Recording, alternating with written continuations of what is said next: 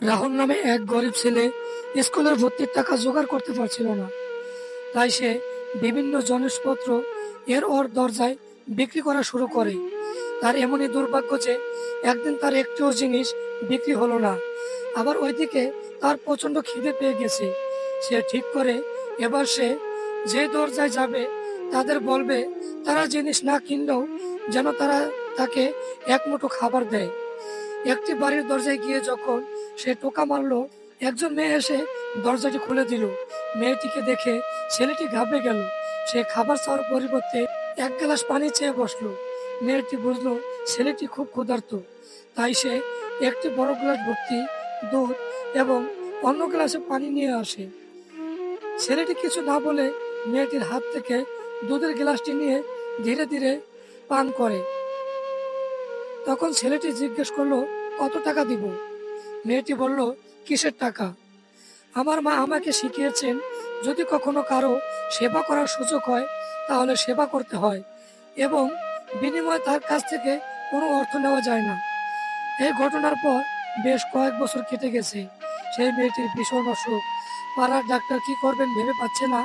শেষে বাধ্য হয়ে কোনো বড় হসপিটালে মেয়েটিকে ভর্তি করানোর পরামর্শ দেন। বাধ্য হয়েই মেয়েটির পরিবার থেকে একটি বড় হসপিটালে ভর্তি করায়। বিশেষজ্ঞ ডাক্তার হাবার্ট ক্লিনিকে রোগীকে পরীক্ষা করার জন্য ডাকা হলো। যখন তাকে মেয়েটির নাম বলা হলো, তার নিজের অজান্তেই তার চোখে কেমন যেন একটা চমক লেগে গেল। তিনি তাড়াতাড়ি নিজের কেবিন থেকে বেরিয়ে সেই মেয়েটির বেডের কাছে গেলেন। মেয়েটিকে দেখে তিনি প্রথমবারই চিনতে পারলেন।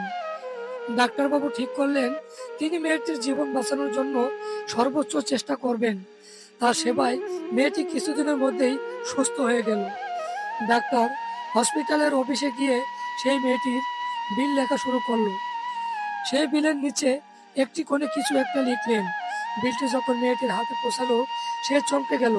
কারণ অসুখ থেকে তো সে বেঁচে গেছে, কিন্তু এত পরিমাণ বিল থেকে তার বাঁচার আর কোনো রাস্তা নেই। বিলটি দেখতে দেখতে যখন সে বিলের একেবারে নিচের প্রান্তে চলে এসেছে, সে দেখলো বিলের একটি কোণায় লেখা আছে, 1 গ্লাস দুধের বিনিময়ে এই বিলটি মিটিয়ে দেওয়া হয়েছে। নিচে রয়েছে ডাক্তার কেল্লির সাক্ষাৎ। খুশিতে নিজের অজান্তেই সেই মেয়েটির চোখ দিয়ে 2 ফোঁটা পানি বিলটির উপর পড়ল। দুটি হাত উপরে তুলে দিয়ে বলল, হে আল্লাহ, আপনাকে অসংখ্য ধন্যবাদ। আপনার ভালোবাসা মানুষের হৃদয় এবং হাতের মাধ্যমে পৃথিবীর সর্বোচ্চে পৌঁছে গেছে। এই শিক্ষণীয় গল্পটি থেকে একটি কথাই উঠে আসে, আর সে কথাটি হলো মানবতা। যদি সেই মেয়েটি ছেলেটির কাছে থেকে সেদিন টাকা নিত, তাহলে ছেলেটির কোনোদিনও মনে থাকতো না যে সে কখনো ক্ষুধার্ত ছিল। তাকে কেউ দুধ খাইয়েছে।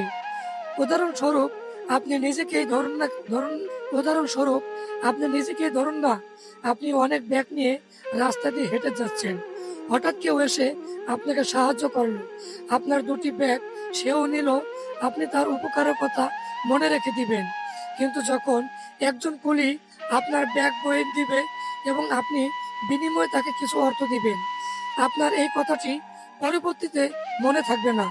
কিন্তু যে লোকটি আপনাকে ব্যাগ নিয়ে সাহায্য করেছে, এরপর যখনই আপনি ব্যাগ নিয়ে যাবেন বা সেই রাস্তাটি দিয়ে যাবেন, আপনার সেই মানুষটির কথা মনে পড়বে। সুতরাং সবকিছু অর্থ দিয়ে কেনা যায় না, আর অর্থ দিয়ে কেনা সামগ্রীর কথা মনেও থাকে না। কিন্তু মানবতার খাতিরে যা পাওয়া যায় তা সারা জীবন মনে থেকে যায় এবং নিজের অজান্তেই নিজের অজান্তেই আল্লাহ সেই প্রতিদান সুদে আসলে দিয়ে দেন। তাই সুযোগ পেলেই সাহায্য করতে ছাড়বেন না, কারণ সাহায্য করার সুযোগ বারবার আসে না।